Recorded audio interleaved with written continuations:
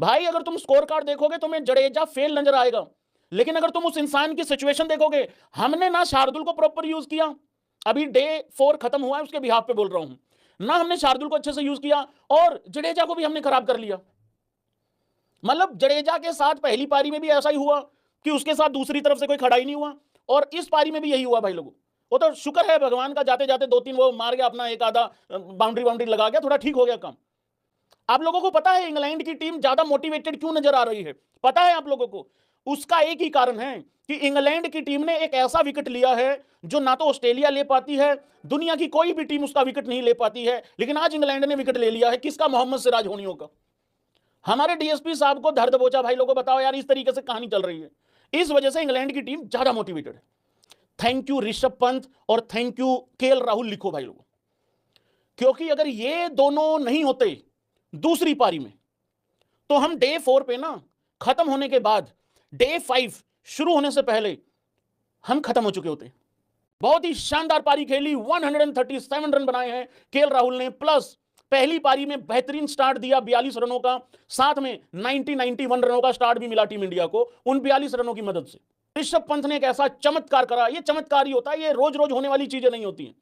मैं ये नहीं कह रहा हूं कि आज से पहले ऐसा नहीं हुआ होगा, हुआ होगा कभी, लेकिन भारतीय प्लेयर ने यह पहली बार ऐसा किया है कि इंग्लैंड के खिलाफ या इंग्लैंड के अंदर पहली और दूसरी पारी में बैक टू बैक शतक लगा दिया हो, एक ही मैच में 2 शतक लगा दिए हो एक ही प्लेयर ने। ये तो पहली बार हुआ है कारनामा।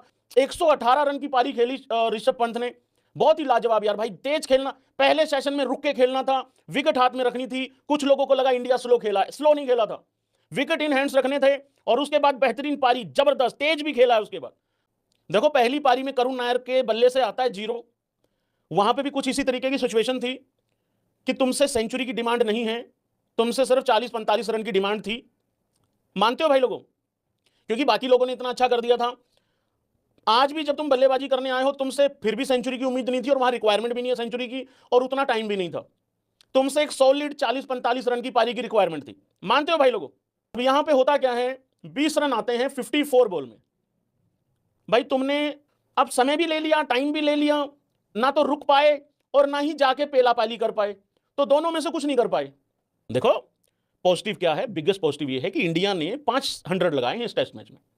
2 ऋषभ पंत ने, एक जायसवाल ने, एक राहुल ने और एक शुभमन गिल ने 500 लगाए हैं भाई लोगों। ये पहली बार हुआ है मित्रों, 500 एक ही टेस्ट मैच में भारतीय टीम ने इंग्लैंड के खिलाफ लगाए हैं, पहली बार हुआ है ऐसा। साई सुदर्शन फेल हुआ है और करुण नायर भी फेल हुआ है।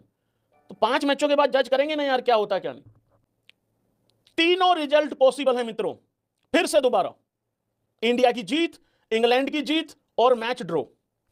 बताया यह जा रहा है, सबसे पहले बारिश की बात कर लेते हैं।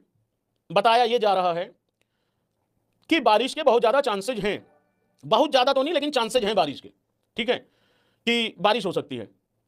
तो उसमें तो हमारा कुछ है नहीं है, ना हम रोक सकते हैं ना हम करवा सकते हैं, ठीक है। इंडिया कैसे जीत सकता है? 371 का टारगेट है इंग्लैंड के लिए, 21 रन वो बना चुके हैं, विकेट उन्होंने आज कोई खोया नहीं है, 350 रन रहते हैं भाई लोग। इसमें क्या है भाई, इतना ध्यान के साथ क्या देख रहे हो भाई? इंडिया कैसे जीत सकता है मतलब भाई 10 विकेटें लेनी पड़ेंगी, सिंपल कहानी है। अब तो कुछ रहा ही नहीं है ना भाई, अब तो बचा ही कुछ नहीं है, क्योंकि जो श्री शार्दुल ठाकुर जी ने करना था बल्ले से कर लिया, जो सिराज होनियों से हुआ, विव सिराज होनियों से हुआ, उन्होंने कर दिया। तो जिससे जो भी हो पाया है भाई, 371 का टारगेट है अपने सामने इंग्लैंड के। देखो 2 चीजें हैं, या तो इंडिया 10 विकेटें ले हम जीतें, या फिर बारिश आए तो ड्रॉ हो जाए। और ड्रॉ के लिए ना तो इंग्लैंड बल्लेबाजी करेगी और ना ही हम ड्रॉ के हिसाब से बॉलिंग कर सकते हैं। इस मैच का रिजल्ट तो आपको निकालना ही पड़ेगा, जीतना ही पड़ेगा आपको। कितना है भाई, 50 है या 60-40 है इन फेवर ऑफ इंडिया? क्या लगता है?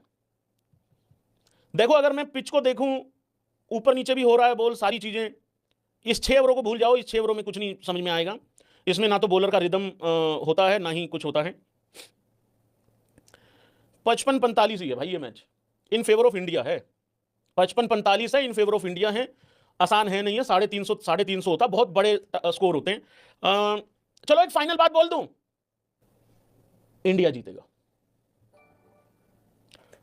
कंडीशन एक ही है बस, कैच पकड़ लेना, सिराज जितनी मर्जी खराब बॉल डाल ले, एज निकलेगा। प्रसिद्ध कृष्णा जितना मर्जी खराब बॉल डाल ले, एज निकलेगा, कैच पकड़ लेना बस। एक स्टैट दिखा दूं मैं आप लोगों को, स्टैट दिखा दूं, लो भाई लोगों, टेक्नोलॉजी।